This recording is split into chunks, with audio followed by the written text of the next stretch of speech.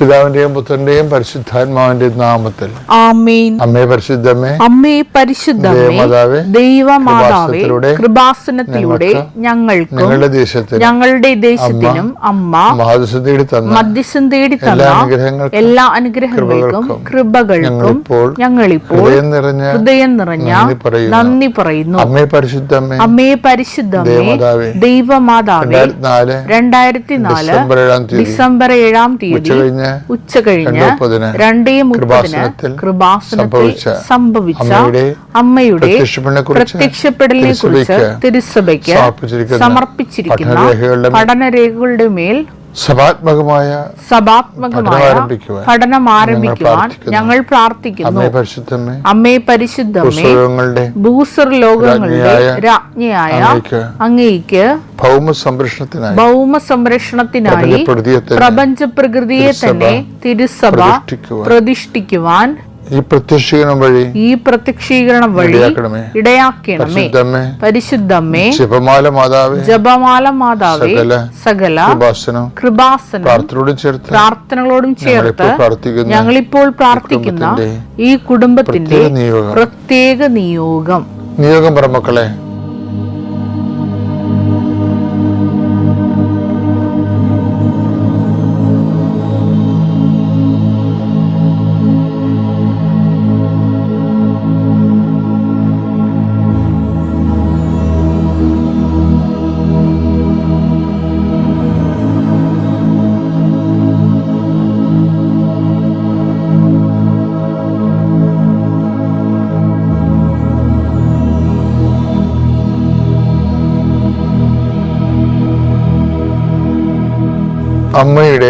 അമ്മയുടെ പ്രത്യക്ഷീകരണത്തിന്റെ ഈ അനുഗ്രഹവേളയിൽ ഞങ്ങൾക്ക് സാധിച്ചു തരുവാൻ കനിയണമേ. ആമേൻ. കർത്താവേ, നിന്റെ ഉന്നതമായ നാമത്തിന് സ്തോത്രം ചെയ്യുന്നു. കർത്താവേ, നിന്റെ വിശുദ്ധ പൗരോഹിത്യത്തെ മഹത്വപ്പെടുത്തണമേ. കർത്താവേ, സഭയിലുള്ള സാന്നിധ്യം പ്രകടമാക്കണമേ. 39 വർഷം ഞാൻ അർപ്പിച്ച കൃപയുടെ യോഗ്യതയാൽ കൃപാസന അൾത്താരെ ജീവനോടെ പ്രത്യക്ഷപ്പെട്ട പരിശുദ്ധ അമ്മയുടെ പ്രത്യക്ഷീകരണത്തിൻ്റെ ശക്തിയാൽ അൾത്താറയിൽ നടന്ന 10,000 ആരാധനയുടെ യോഗ്യതയാൽ അങ്ങയുടെ മക്കൾക്ക് വേണ്ടി പ്രാർത്ഥിക്കുന്ന രോഗികളെ, ആശുപത്രി കിടക്കുന്നവരെ, അതുപോലെ തന്നെ പല ശരീര ഭാഗങ്ങളെ ബയോപ്സിക്ക് വിട്ടിരിക്കുന്നവരെ, അതിൻ്റെ റിസൾട്ട് പ്രതീക്ഷിക്കുന്നവരെ, അവർക്ക് അനുകൂലമായ റിസൾട്ട് കിട്ടാൻ, അതുപോലെ തന്നെ ലാബിൽ ടെസ്റ്റിന് പോയിരിക്കുന്ന രക്തവും അതിൻ്റെ കൾച്ചറിങ്ങും അതിന് അനുകൂലമായ ദൈവം പ്രവർത്തിച്ചുകൊണ്ട് അവർക്ക് സമാധാനവും സന്തോഷം കിട്ടുന്ന റിസൾട്ട് വരാൻ വേണ്ടി കർത്താവിൻ്റെ നാമത്തിൽ പ്രാർത്ഥിക്കുന്നു. നിങ്ങൾ ഒരു രോഗികൾക്ക് ഒരു ഡോക്ടറിനെ തിരഞ്ഞെടുക്കണം, ആരെ എടുക്കണം, ഏത് ആശുപത്രി പോകണമെന്ന് കൺഫ്യൂഷനുള്ളവരെ നിങ്ങളുടെ ശിരസിൽ കൈവച്ചുകൊണ്ട് അച്ഛൻ ആശീർവദിക്കുന്നു.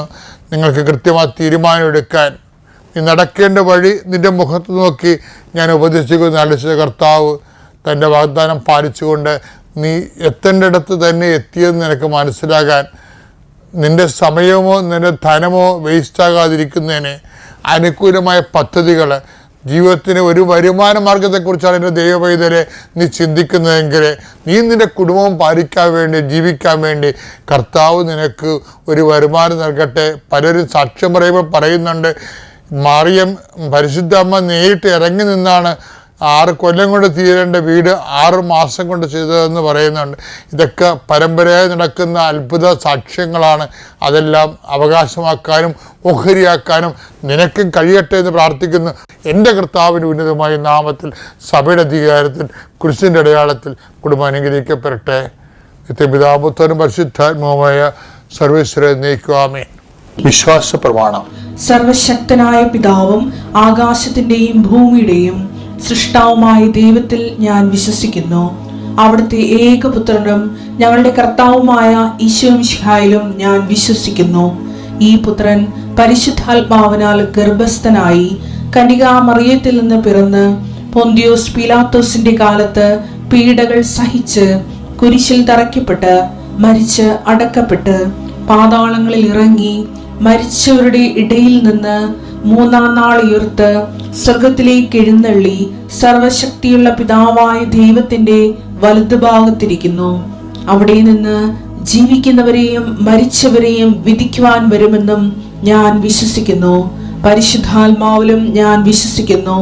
വിശുദ്ധ കത്തോലിക്കാ സഭയിലും പുണ്യവാന്മാരുടെ ഐക്യത്തിലും പാപങ്ങളുടെ മോചനത്തിലും ശരീരത്തിന്റെ ഉയർപ്പിലും നിത്യമായ ജീവിതത്തിലും ഞാൻ വിശ്വസിക്കുന്നു. ആമേൻ.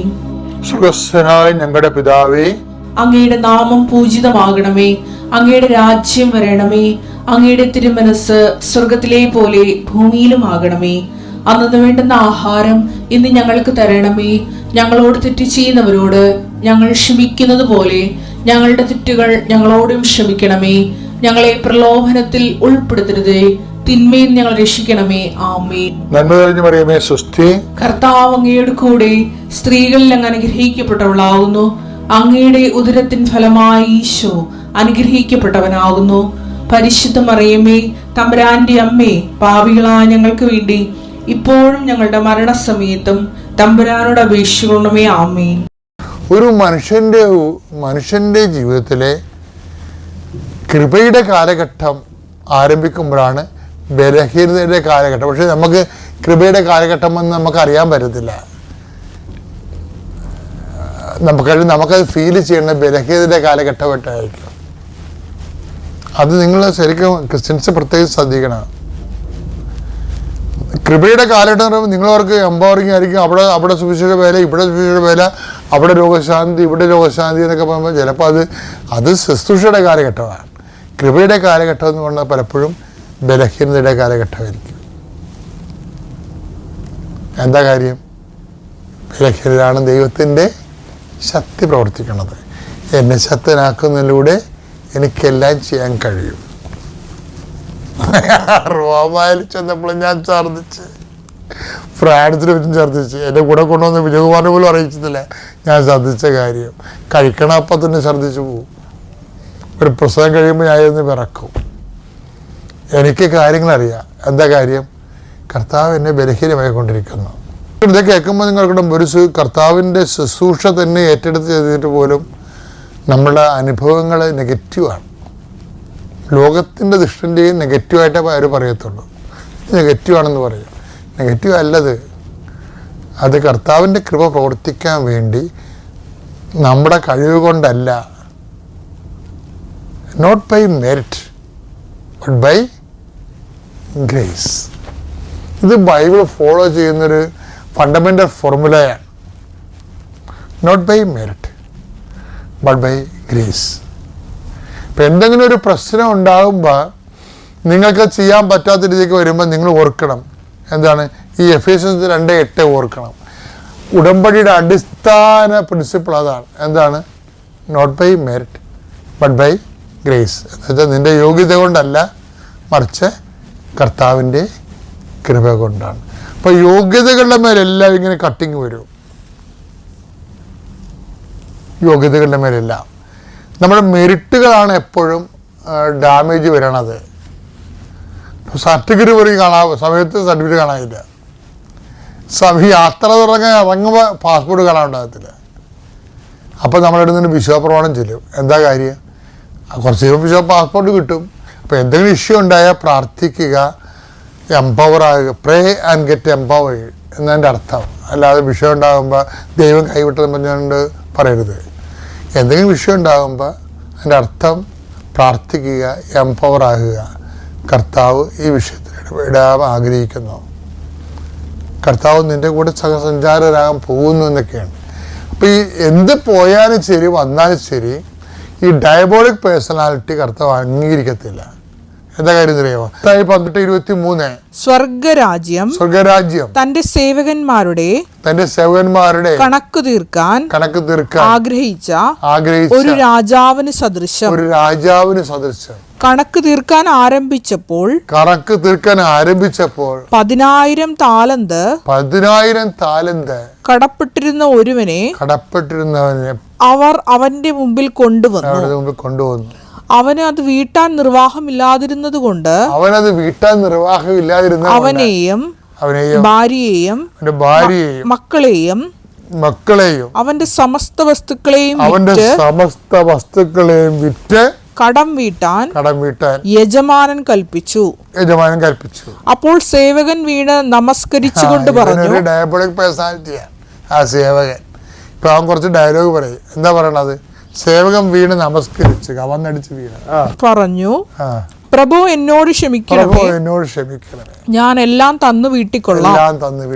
ആ സേവകന്റെ യജമാനൻ മനസ്സലിഞ്ഞ് അവനെ വിട്ടയക്കുകയും കടം ഇളച്ചു കൊടുക്കുകയും ചെയ്തു. അവൻ പുറത്തിറങ്ങിയപ്പോൾ ഈ സെയിം ആള് തന്നെയാണ്. ഇതാ ഡയബോളിക്.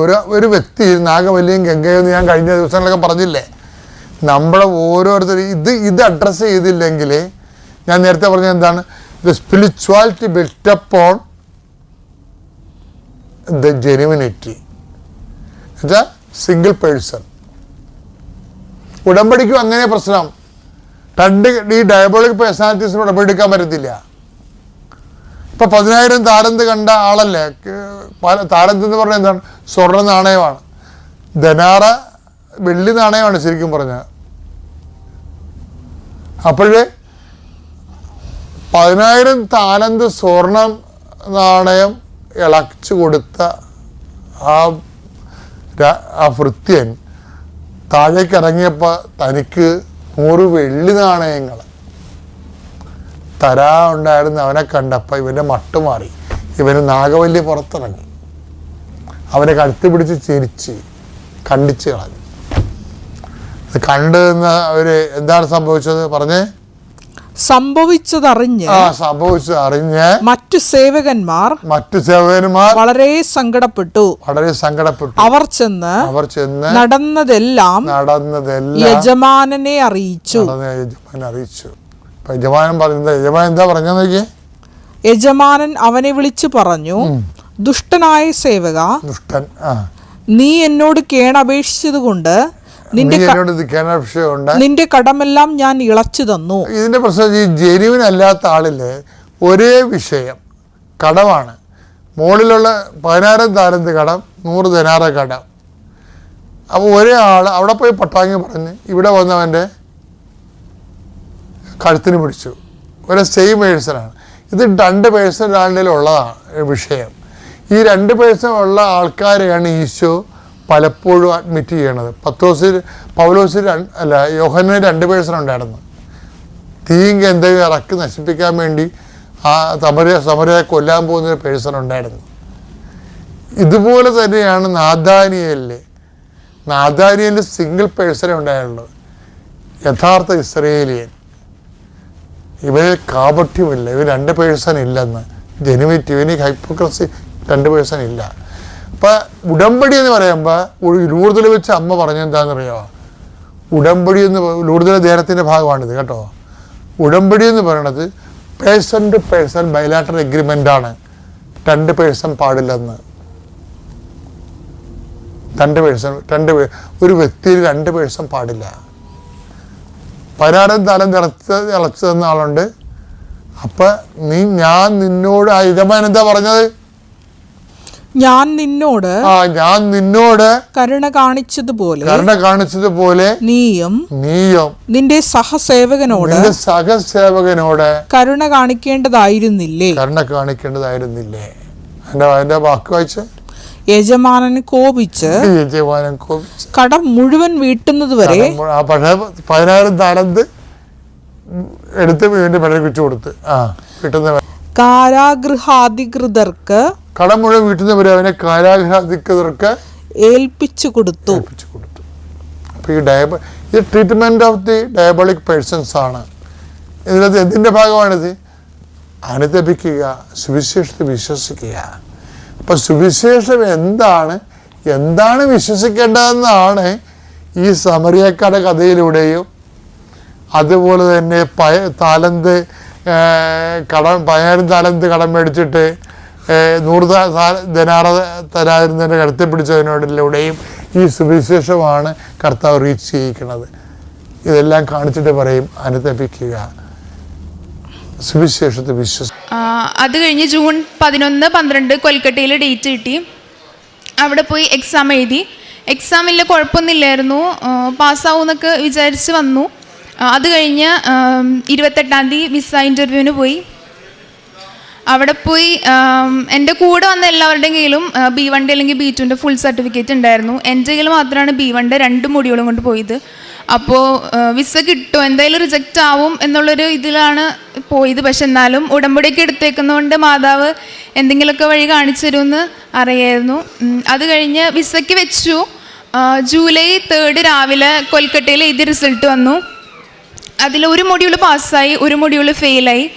റീഡിങ്ങിന് 33 മാർക്കായിരുന്നു. നമുക്ക് 100-ൽ 60 വേണം പാസ്സാവണമെങ്കിൽ. അപ്പോൾ ഇതിന് മുന്നൊക്കെ 1 മാർക്കിന് പോയിട്ട് ഇപ്പോൾ ഇത്രയും വലിയൊരു ഹ്യൂജ് ഡിഫറൻസ് വന്നപ്പോൾ അതെങ്ങനെ എന്നുള്ളൊരു ഡൗട്ടൊക്കെ ഉണ്ടായിരുന്നു. അത് കഴിഞ്ഞ് ഉച്ചയായി കഴിഞ്ഞപ്പോൾ VFSന്ന് വിസ ഓഫീസിൽ നിന്ന് മെയിൽ വന്നു. ജൂലൈ 10ന് മുന്നേ നമ്മുടെ ബാക്കി സർട്ടിഫിക്കറ്റ് കൊടുത്താലാണ് പ്രോസസ്സിങ് മൂവ് ഓൺ ആവുള്ളൂ. ഇപ്പോൾ പ്രോസസ്സിങ് ഇൻകംപ്ലീറ്റ് ആയിട്ടാണ് കിടക്കുന്നത്. അപ്പോൾ അതുകൊണ്ട് എത്രയും വേഗം സർട്ടിഫിക്കറ്റ് സബ്മിറ്റ് ചെയ്യണമെന്നും പറഞ്ഞിട്ട് മെയിൽ വന്നു. അപ്പോൾ ആകെ ഒരു മൊഡ്യൂൾ ഇനി ഉള്ളൂ കയ്യിൽ. 3 മൊഡ്യൂൾ ഇപ്പോൾ പാസ്സായിട്ടുണ്ട്, പിന്നെ ബാക്കിയിലത്തെ പാസ്സായിട്ടില്ല. അപ്പോൾ അത് ഭയങ്കര ഒരു ഇതായിരുന്നു. ഇനിയിപ്പോൾ എങ്ങനെ പാസ്സാവും, ഇനിയിപ്പോൾ എക്സാം വേറെ എഴുതി സബ്മിറ്റ് ചെയ്യാനും ടൈമില്ല. അപ്പോൾ എന്തായാലും ഇനിയിപ്പോൾ ഇത് തീർന്ന് ഇനിയിപ്പോൾ അടുത്ത ഇൻടേക്ക് നോക്കാമെന്ന് വിചാരിച്ചിരുന്നപ്പോൾ ബൈബിൾ എടുത്തപ്പോൾ ഒരു വചനം കിട്ടി. നീ കർത്താവിൽ ആനന്ദം കണ്ടെത്തും, ലോകത്തിൻ്റെ ഉന്നതമായ സ്ഥാനങ്ങളിലൂടെ നിന്നെ ഞാൻ സവാരി ചെയ്യിക്കും, അങ്ങനെ പറഞ്ഞിട്ട്. അപ്പോൾ എനിക്ക് തോന്നി മാതാവ് തരുന്നൊരു ഹിഞ്ചാണ്, എന്തെങ്കിലും ഒരു അത്ഭുതം നടക്കുമെന്ന് തോന്നി. അത് കഴിഞ്ഞൊരു 2 മണിക്കൂർ കഴിഞ്ഞപ്പോൾ കൊൽക്കട്ടയിൽ നിന്ന് വീണ്ടും ഒരു മെയിൽ വന്നു. അവർ റിസൾട്ട് ഒന്നുകൂടി പബ്ലിഷ് ചെയ്തിട്ടുണ്ട്. റിസൾട്ടിൽ ചെറിയൊരു വേരിയേഷൻ ഉണ്ട്, ടെക്നിക്കൽ ഇഷ്യൂ കാരണം. അപ്പോൾ അതുകൊണ്ട് ഒന്നുകൂടി ചെക്ക് ചെയ്യുമെന്ന് പറഞ്ഞിട്ട് ചെക്ക് ചെയ്ത് കഴിഞ്ഞപ്പോൾ 33 എന്നുള്ള മാർക്ക് അത് 67ആയി. 34 മാർക്കിൻ്റെ ഡിഫറൻസ് വന്നു. അപ്പോൾ ഗുയിത്തയുടെ സൈറ്റിൽ ഇങ്ങനെയൊക്കെ ഒരു റിസൾട്ടിന് വേരിയേഷൻ വരാമെന്ന് പറഞ്ഞത് പഠിക്കുന്നവർക്ക് എഴുതിയവർക്കൊക്കെ അറിയാം. അത് ഭയങ്കര ഒരു വലിയ കാര്യമാണ്. അപ്പോൾ 4 മൊഡ്യൂളും പാസ്സായി. ഇനിയിപ്പോൾ 10-ാം തീയതിക്ക് മുന്നേ എന്തായാലും സർട്ടിഫിക്കറ്റ് സബ്മിറ്റ് ചെയ്യാമെന്നൊക്കെ വിചാരിച്ചിരിക്കുമ്പോഴാണ് അവരെ വിളിച്ചപ്പോൾ അവർ പറയുന്നത് സർട്ടിഫിക്കറ്റ് തരാൻ ഇനിയും 2 വീക്ക് എടുക്കും, അപ്പോൾ അതുകൊണ്ട് ലാഗാവും, അപ്പോൾ അതുകൊണ്ട് ഇനി വെക്കാൻ പറ്റത്തില്ല എന്നുള്ളൊരു സ്റ്റേജിൽ വന്നു. അപ്പോൾ പിന്നെ നമുക്ക് ഫോട്ടോ പ്രിൻ്റ് ഒന്നും വെക്കാൻ പറ്റില്ല, കാരണം വിസയ്ക്ക് വെക്കുന്നതാണ്, അതെന്തായാലും റിജക്റ്റ് ആവും. അങ്ങനെ ഞാൻ എല്ലാ ദിവസവും അവർ വിളിക്കുമ്പോൾ അവർ പറയുന്നത് എന്താണെന്ന് വെച്ച് കഴിഞ്ഞാൽ അപ്ലോഡ് ചെയ്തിട്ടുണ്ട്, നമ്മൾ ചെക്ക് ചെയ്യാത്തതിൻ്റെ പ്രശ്നമാണ്, ശരിക്കും അപ്ലോഡ് ചെയ്തിട്ടുണ്ട്, നമുക്ക് സൈറ്റിൽ നിന്ന് അത് ഡൗൺലോഡ് ചെയ്തെടുക്കാമെന്നാണ് പറയുന്നത്. പക്ഷെ ഞാൻ നോക്കിയിട്ട് കിട്ടണില്ല. പിന്നെ എൻ്റെ ഫ്രണ്ട്സിനെ കൊണ്ട് നോക്കിപ്പിച്ചു, ഡിവൈസ് മാറ്റി നോക്കി, ലോഗ് ഔട്ട് ചെയ്ത് നോക്കി, എന്നിട്ടൊന്നും റിസൾട്ട് കാണുന്നില്ല. അപ്പോഴാണ് എൻ്റെ ഒരു പേപ്പർ വിളിക്കുന്നത്. ആൾ കൊൽക്കട്ടയിലാണ്. അപ്പോൾ ആളോട് കാര്യം പറഞ്ഞപ്പോൾ ആൾ പറഞ്ഞു ആൾ വിളിച്ചു നോക്കാം എന്ന് പറഞ്ഞിട്ട് വിളിച്ച് നമ്പറൊക്കെ കൊടുത്തു വിളിച്ചു നോക്കി. ആദ്യം അവർ പറഞ്ഞത് അപ്ലോഡ് ചെയ്തിട്ടുണ്ടെന്നാണ്, പിന്നെ പറഞ്ഞു ചെയ്തിട്ടില്ല, അത്രയ്ക്ക് അത്യാവശ്യമാണെങ്കിൽ ഇന്ന് വൈകിട്ട് അല്ലെങ്കിൽ നാളെ ആകുമ്പോഴേക്കും അപ്ലോഡ് ചെയ്യാമെന്ന് പറഞ്ഞു. പേപ്പർ വിളിച്ച് കാര്യം പറഞ്ഞു, ഇങ്ങനെയാണ് അവർ പറഞ്ഞതെന്ന് പറഞ്ഞു. അത് കഴിഞ്ഞൊരു 15 മിനിറ്റൊക്കെ കഴിഞ്ഞപ്പോഴേക്കും കൊൽക്കട്ടയിൽ നിന്ന് മെയിൽ വന്നു, നമ്മുടെ സർട്ടിഫിക്കറ്റ് സൈറ്റിൽ അപ്ലോഡ് ചെയ്തിട്ടുണ്ട്, നമുക്ക് ഇനി അത് ഡൗൺലോഡ് ചെയ്തെടുക്കാമെന്ന് പറഞ്ഞിട്ട്. അങ്ങനെ ആ സർട്ടിഫിക്കറ്റ് ഡൗൺലോഡ് ചെയ്തെടുത്തു. 9-ാം തീയതി ആയിക്കഴിഞ്ഞപ്പോഴേക്കും വിസയ്ക്ക് വെച്ചു, VFSC കൊണ്ടുപോയി സർട്ടിഫിക്കറ്റ് കൊടുത്തു. 10-ാം തീയതി ആയിക്കഴിഞ്ഞപ്പോൾ മെയിൽ വന്നു, പ്രോസസ്സിങ് തുടങ്ങി എന്ന് പറഞ്ഞിട്ട്. 11-ാം തീയതി ആയപ്പോൾ പാസ്പോർട്ട് ഡിസ്പാച്ച് ആയെന്നും പറഞ്ഞിട്ട് മെയിൽ വന്നു. 12-ാം തീയതി ആയിക്കഴിഞ്ഞപ്പോഴേക്കും പാസ്പോർട്ട് കിട്ടി, വിസ അടിച്ചു. അതിൻ്റെ ഇടയിൽ ഞാൻ B1 എക്സാം എഴുതി, B2 എക്സാം എഴുതിയായിരുന്നു. B2 എക്സാമിൽ 3 മൊഡ്യൂൾ പാസ്സായി, 1 മൊഡ്യൂൾ പോയി. അപ്പോൾ അതിനും പതുക്കെ എഴുതിയെടുക്കാം. പിന്നെ ഞാൻ അടുത്ത മാസം സെപ്റ്റംബർ 10-ാം തീയതി ജർമ്മനിക്ക് പോകാൻ നിൽക്കുകയാണ്. അപ്പോൾ എനിക്ക് യൂത്തിനോടൊക്കെ പറയാനുള്ളൊരു കാര്യം എന്ന് വെച്ച് കഴിഞ്ഞാൽ, നമുക്ക് ഇങ്ങനെ പ്രാർത്ഥിക്കണം, എന്തിനാണ് ഇങ്ങനെയൊക്കെ പ്രാർത്ഥിക്കേണ്ട ആവശ്യമുണ്ടോ എന്നൊക്കെ ഒരു തോന്നും. പക്ഷേ ഒരു കാര്യം പറയാം, വിളിച്ച മാതാവ് എന്തായാലും കേൾക്കും. കാരുണ്യ പ്രവർത്തികൾ ഞങ്ങളവിടെ അടുത്തുള്ള ഒരു ഓർഫനേജിൽ ഭക്ഷണം കൊടുക്കുമായിരുന്നു, രോഗി സന്ദർശനം നടത്തുമായിരുന്നു. പത്രം എല്ലാ മാസവും മാതാവിൻ്റെ അടുത്ത് വന്ന് ഞങ്ങൾ പ്രാർത്ഥിച്ച് പത്രം വാങ്ങിച്ച് എല്ലാവർക്കും വിതരണം ചെയ്യുമായിരുന്നു. മാതാവിൻ്റെ കാശ് രൂപം വാങ്ങി ആവശ്യം വരണ സാഹചര്യങ്ങളിൽ മറ്റുള്ളവർക്ക് കൊടുക്കുമായിരുന്നു. ഇതൊക്കെയാണ് ഞങ്ങൾ ചെയ്ത കാരുണ്യ പ്രവർത്തികൾ. മാതാവിനും തിരുക്കുമാരനും 1000 നന്ദി, എനിക്കിവിടെ വന്ന് സാക്ഷ്യം പറയുവാനുള്ള അവസരം തന്നതിന്. എൻ്റെ പേര് റീനി. ഞാൻ കോട്ടയം ജില്ലയിലും കളത്തൂർ എന്ന സ്ഥലത്തു നിന്നാണ് വരുന്നത്. 2023 ജൂലൈ 17 തീയതിയാണ് ഉടമ്പടി എടുത്തത്. ഉടമ്പടി എടുത്ത് 4 മാസങ്ങൾക്ക് ശേഷം എനിക്ക് നവംബർ മാസത്തിൽ അതികഠിനമായ വയറുവേദനയും ഛർദിയും ഉണ്ടായി. ഹോസ്പിറ്റലിൽ പോയി ഡോക്ടറെ കണ്ടു. ഡോക്ടർ പല ടെസ്റ്റുകളും ചെയ്തു, CT സ്കാൻ ചെയ്തു. അതിൻ്റെ അകത്ത് എൻ്റെ ചെറുകുടലിൽ 25 സെൻറ്റിമീറ്ററോളം ചുരുങ്ങുകയും അവിടെ വലിയ ഒരു തടിപ്പും കണ്ടായിരുന്നു. അത് പിന്നെ ടെസ്റ്റുകളിൽ നിന്ന് മനസ്സിലാക്കി ലിംഫോമ എന്ന ക്യാൻസറാണെന്ന്. അന്ന് തൊട്ട് എനിക്ക് ട്രീറ്റ്മെൻറ്റ് സർജറി ചെയ്യാൻ പറ്റത്തില്ലാത്ത ഒരു സ്ഥിതിയായിരുന്നു. പെട്ടെന്ന് സ്പ്രെഡ് ആകുന്ന ഒരു ക്യാൻസറായിരുന്നു. അതുകൊണ്ട് എത്രയും പെട്ടെന്ന് കീമോ ചെയ്യണമെന്ന് പറഞ്ഞു. 6 കീമോയാണ് ഡോക്ടർ പറഞ്ഞത്. 4 കീമോ ചെയ്തു. ഒരു കീമോ എന്ന് പറയുന്ന ഒരാഴ്ച കണ്ടിന്യൂസ് ആയിട്ട് 24 hours ഇങ്ങനെ കണ്ടിന്യൂസ് ഇട്ടുകൊണ്ടിരിക്കുകയായിരുന്നു. അങ്ങനെ ഒരു മാസത്തിൽ 2 ആഴ്ച ഞാൻ ഹോസ്പിറ്റലിൽ അഡ്മിറ്റായിരുന്നു. അങ്ങനെ 4 കീമോ കഴിഞ്ഞ് ഡോക്ടർ പറഞ്ഞു പെറ്റ് സ്കാൻ ചെയ്ത് നോക്കാം എന്ന് പറഞ്ഞു. അങ്ങനെ പെറ്റ് സ്കാൻ ചെയ്യാനായിട്ട് എനിക്ക് ഡേറ്റ് തന്നു. ഡേറ്റ് തന്നപ്പോൾ മാതാവിൻ്റെ ഉടമ്പടി തൈലം ഞാൻ ദേഹം മുഴുവൻ തൂത്ത് പെറ്റ് സ്കാന് പോയത്. പെറ്റ് സ്കാൻ ചെയ്തു. 2 ദിവസം കഴിഞ്ഞാണ് റിസൾട്ട് അറിഞ്ഞത്. റിസൾട്ട് ഞങ്ങൾക്ക് തുറന്ന് നോക്കാൻ പേടിയായിരുന്നു. ഡോക്ടറിൻ്റെ അടുത്ത് ചെന്ന് ഡോക്ടർ പറഞ്ഞു ഒരു കുഴപ്പമില്ല, ചുരുങ്ങിയ ഭാഗം നേരെയായി, പിന്നെ ആ തടിപ്പും കാണാനില്ല, വേറെ എവിടെയും ക്യാൻസറിൻ്റേതായ ഒരു കുഴപ്പങ്ങളും ഇല്ല എന്ന് പറഞ്ഞു. പിന്നെ എനിക്ക് 2 കീമോയും കൂടി ഉണ്ടായിരുന്നു. ടോട്ടൽ 6 കീമോ ആയിരുന്നു പറഞ്ഞത്. 2 കീമോയും കൂടെ ഓരോ ദിവസം ചെയ്ത് സ്റ്റോപ്പ് ചെയ്തു. ഇപ്പോൾ റെഗുലർ ചെക്കപ്പ് അല്ലാതെ വേറെ ഒരു മരുന്നുകളും എനിക്ക് കഴിക്കേണ്ടതായ ഇത് വന്നിട്ടില്ല. മാതാവിൻ്റെ വലിയൊരു അനുഗ്രഹമാണ് മാതാവ് എനിക്ക് തന്നത്. അതിന് 1000 നന്ദി. ഹസ്ബൻഡിൻ്റെ അമ്മയ്ക്ക് കാല് മുഴുവൻ നീരായിരുന്നു. പല ടെസ്റ്റുകളും നടത്തിയെങ്കിലും അതിൽ എന്തിൻ്റെയാണെന്ന് അറിയാൻ പറ്റിയില്ല. പിന്നെ ലിവറിൻ്റെ ഒരു ചെറിയൊരു പീസ് എടുത്ത് ബയോപ്സിക്ക് വിടേണ്ടതായിട്ട് വന്നു. അന്നേരം ഞങ്ങൾ ഒത്തിരി പേടിച്ചായിരുന്നു. മമ്മിക്കും ഇതുപോലെ തന്നെ എന്നെപ്പോലെ തന്നെ ക്യാൻസറിൻ്റെ എന്തെങ്കിലും ആണെന്ന് ഓർത്തു. പക്ഷേ ബയോപ്സിക്ക് വേണ്ടി ഞങ്ങളുടെ കയ്യിലാണ് അതിൻ്റെ സ്പെസിമെൻ തന്നത്. അന്നേരം ഞങ്ങളത് വാങ്ങിച്ച് വിശ്വാസ പ്രമാണം ചൊല്ലി മാതാവിൻ്റെ തൈലം പെരട്ടിയാണ് ഞങ്ങൾ ബയോപ്സിക്ക് വിട്ടത്. പക്ഷേ തിരിച്ച് ബയോപ്സിയുടെ റിസൾട്ട് വന്നപ്പോൾ ക്യാൻസർ ഒന്നുമല്ല, ലിവർ സിറോസിസ് ആയിട്ട് മാതാവ് അത് മാറ്റി തന്നു.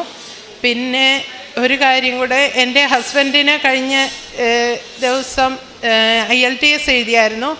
ഹസ്ബൻഡ് എഴുതി കഴിഞ്ഞ് വീട്ടിൽ വന്നപ്പോൾ ലിസണിങ് ഭയങ്കര പാടായിരുന്നു. കിട്ടുകയില്ല എന്നാണ് പ്രതീക്ഷിച്ചത്. പക്ഷേ നല്ല സ്കോറോടുകൂടി മാതാവ് ഞങ്ങൾക്ക് ഒരു അനുഗ്രഹവും കൂടെ തന്ന് മാതാവ് ഞങ്ങളെ കാത്തു. മാതാവിനും തിരുക്കുമാരനും 1000 നന്ദി പറയും. എനിക്ക് കീമോ ഒക്കെ ചെയ്യുന്നതുകൊണ്ട് കാരുണ്യപ്രവർത്തികളൊന്നും ചെയ്യാൻ പറ്റിയില്ല. ഇനിയുള്ള സമയങ്ങളിൽ ഞാൻ ചെയ്തു കൊള്ളാം. പിന്നെ പത്രം കൊടുക്കാൻ പറ്റിയിരുന്നു, കുറേയൊക്കെ പത്രം കൊടുത്തു. പരിശുദ്ധ അമ്മ ജീവനോടെ പ്രത്യക്ഷപ്പെട്ട ഈ തിരുവൾത്താരയിൽ നിന്ന് സാക്ഷ്യം പറയാൻ സാധിച്ചതിൽ എൻ്റെ അമ്മയ്ക്കും ഈശോയ്ക്കും 1000 നന്ദി. ഇതെൻ്റെ 2ാമത്തെ സാക്ഷ്യമാണ്.